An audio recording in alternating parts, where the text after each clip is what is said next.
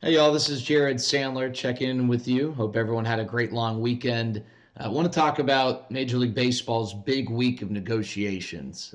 First, though, just a reminder if you could please hit the subscribe button, I would really, really appreciate it. Plus, leave comments in the comments section below. Would love your feedback on what we're talking about. Maybe it's further commentary or questions, or maybe it's simply a suggestion on what you'd like for me to discuss moving forward. As the baseball season gets going, we'll definitely have some more deep dives into numbers-based studies and commentaries. But right now, it's just kind of a waiting game, and hopefully there will be baseball. I think the players are in a really tough spot. I don't fault players at all in any sport for going after every last penny that they can.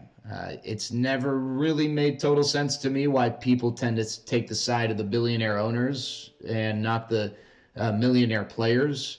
Uh, but I think the players are in a tough spot because at the end of the day, there needs to be baseball. Now, I've spoken to players about the proposals that are being put forth in front of them, and the consistent message is that the owners just aren't giving them anything realistic up to this point. Uh, but at some point, I wonder if just you got to take a loss now, lose the battle to win the war. Uh, Again, I have no problem with the players trying to get theirs. And the reality is, and what I've heard from players, uh, they're not even trying to get what they believe is 100% of what they should get. Whether that's 100% proration or, anything more than that, certainly. They just want something that they believe is fair. And they don't feel like the owners have presented that yet. But here's the issue. If baseball doesn't happen, the players are the ones who are going to be blamed. Maybe the owners receive a little bit of blame, but for the most part, as is always the case in these situations, the players are the ones who are going to receive the brunt of the criticism and the brunt of the blame.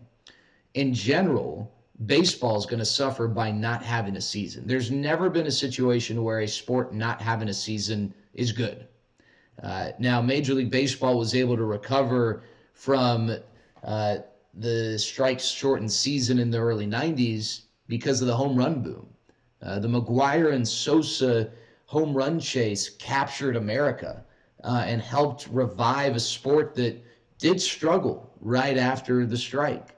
And that's why a lot of people believe that maybe the powers that be in baseball turned a blind eye to what was going on with performance-enhancing drugs because they were seeing positive results in recovery. It took the NHL a while, and some might say that the NHL isn't fully recovered from either of their stoppages, but it certainly was not a quick recovery. And same with the NBA. The NBA had their shortened season in their first year post-Jordan, his second retirement. So this wouldn't go well, especially at a time where we are all craving sports. And so I just think that, the players are in a tough spot because some sort of an agreement needs to be reached. And the money lost over this agreement, I don't think is going to even compare to the future earnings that would be compromised by not having a season. In terms of the support and the backing of the fans. This is not the NFL. For better or for worse, the NFL can kind of do what the NFL wants to do because that sport is as popular as it's ever been. I know that participation at youth levels might be down because of concussions, but numbers suggest that people will still eat up anything NFL. That's the reason why you go to sports talk radio 365 days a year. You could very well hear a lot of NFL talk, not just a mention of the NFL. And there really isn't that same dynamic, especially in the NFL markets, with the other sports.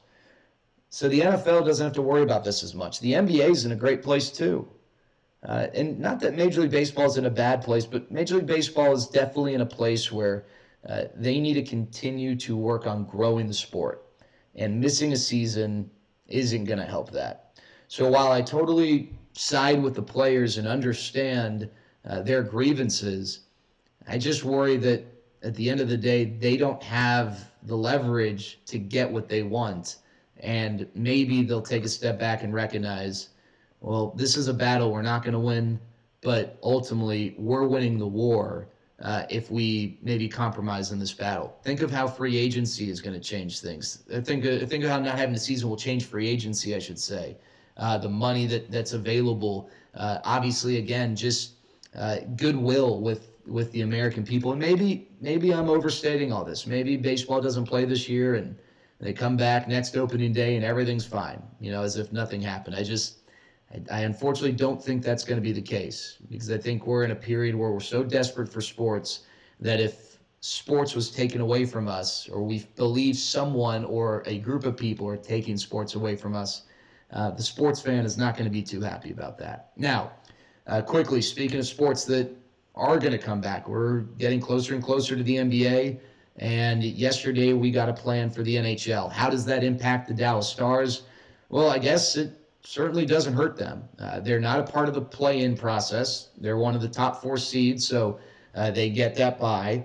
And because there's going to be a round-robin group stage to determine seeding amongst the top 4, they can't finish or end up any worse than they already were. They come in as the number 4 seed, and, well, the worst they can do is end as the number 4 seed. So from that standpoint, it can only get better. The rest versus rust, tough to say. They do have some key players who are older, maybe a little banged up. And from that standpoint, rest certainly doesn't hurt. I just think that if a team comes out flat, we're going to cry rust. If a team comes out surging, we're going to hail rest. It's one of those things that can be spun in retrospect, however you'd like. But I think at the end of the day, it probably doesn't hurt, especially because they're going to have those round-robin games to maybe get their feet wet. And then the other thing that's worth noting here is that Dallas could be a hub city, and maybe that has some sort of advantage. What doesn't change, though, is that the Stars are likely going to have to go through St. Louis, a team that they have had a tough time over the last 5 or 6 years closing out in the playoffs. They ran into St. Louis last year. Obviously, there was that rough Game 7 in Dallas, which St. Louis just absolutely blitzed Kari Lettinen and the Stars. St. Louis is a really good team, and they play a really tough style of hockey. Chances are the Stars are going to meet up with St. Louis at some point, so no matter how this serves as an advantage for the Stars, if they want to get to where we all want them to get, they're still going to have to get through St. Louis, no matter the circumstance. There you go. That's our Just Saying for today. Again, if you could please subscribe, we'd really appreciate it. Would love the feedback in the comment section, questions, commentary, or just suggestions on what you'd like us to cover here. But until then, talk to you later.